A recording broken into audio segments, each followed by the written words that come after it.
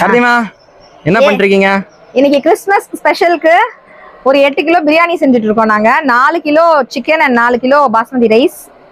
நம்ம கன்ஸ்ட்ரக்ஷன் சைட்டுக்கு வந்திருக்கோம். நாங்க எல்லாரும் ஃபேமிலியா உட்காந்து எல்லாரும் சேர்ந்து ஒண்ணா சமைச்சு சாப்பிட போறோம்.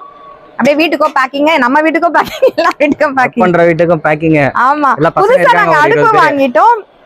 இங்க வந்து அடுப்பு, ஈபியோட தண்ணி கேனு, என்னென்ன இருக்குமோ எல்லாம் சமைக்கிறதுக்கு நேரம் தண்ணி கேனு, சிலிண்டர் புக் பண்ணி இன்னைக்கு சிலிண்டரும் வாங்கிட்டோம். நாங்க சமைச்சு முடிச்சுட்டு பிரியாணி ஒழுங்கா வருதா இல்லையான்னு லாஸ்ட்ல உங்களுக்கு காமிக்கிறேன். வளையல் போடாம சமைக்கிறீங்களாக்கான்னு சொல்லுவீங்க. சிக்கன் கிளீன் பண்ணும்போது கழட்டி வச்சது, ஸோ கண்டுக்காதீங்க சரிங்களா. லாஸ்ட்ல பிரியாணி எப்படி வந்துச்சு நான் காமிக்கிறேன். லாங் வீடியோல எல்லா டீடைல்ஸும் இருக்கு, கண்டிப்பா மிஸ் பண்ணாம பாருங்க.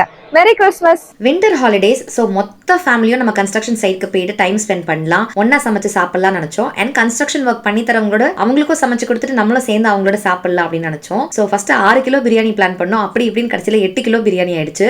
6 கிலோ பிரியாணிக்கு அந்த டவரா கரெக்டா இருக்கும்னு எங்களுக்கு தெரியும். ஆனா 8 கிலோ அதுல வருமானு தெரியல, கொஞ்சம் பத்தாத மாதிரி தான் இருந்தது. எப்படியோ நான் மேனேஜ் பண்ணி ஒரு வழியா நல்ல பிரியாணி செஞ்சுட்டேன். முட்டை வறுவல், ரைத்தா, இப்படிதான் சிம்பிளான லஞ்ச் மெனு. இந்த லீவ்ல இன்னும் ஒரு 2-3 நாள் நம்ம போய் வித்தியாசமான மெனு சமைச்சுக்கலாம் அப்படின்னு பிளான் பண்ணியிருந்தேன். ஃபர்ஸ்ட் கன்ஸ்ட்ரக்ஷன்ல ஒர்க் பண்ற எல்லாருக்கும் பரிமாறிட்டு அதுக்கப்புறம் எங்க ஃபேமிலி சாப்பிட்டு லாஸ்ட்ல நான், டாடி, ஜி வந்து சாப்பிட்டுக்கலாம்னு பிளான் பண்ணியிருந்தோம். நான் சாப்பிடாம இருக்கனே அப்படின்னு சொல்லிட்டு எனக்கு உடனே எல்லாரும் வந்து ஒரு வாய் சமைச்சல டேஸ்ட் பண்ண, உனக்கு பிரியாணி சுடு சுடு சாப்பிட பிடிக்கும்ல அப்படின்னு எல்லாரும் ஓட்டுனாங்க. அப்ப நானு, அப்ப நீனு அப்படின்னு ஓட்டுனாங்க. எனக்கு ஒரே சந்தோஷமா ஆயிடுச்சு.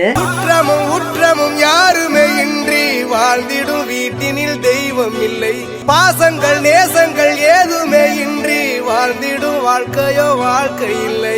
எங்க அப்பா நான்வெஜ்னாலே எங்க அக்காவை வந்து ஊட்டி வளர்த்தாரு. அதுக்கப்புறம் நான் வளர்ந்ததுக்கு அப்புறம் நான்வெஜ்ஜுக்கு ஒயின்னு அழுவன்ட்டு அவரு திட்டி ஊட்டி வளர்த்தாரு. இன்னமுமே சில டைம் எனக்கு ஊட்டி விடுவாரு. ராகேஷ் வந்ததுக்கு அப்புறம் ராகேஷ்க்கு ஊட்டி வளர்த்தாரு. அப்புறம் ஷர்வின் குட்டிக்கு எப்பனாலும் குழந்தையில இருந்து நான்வெஜ் மட்டும் இல்ல, எப்பவுமே அவர் இருக்காருன்னா அவர் தான் ஊட்டி விடுவாரு ஷர்வினுக்கு.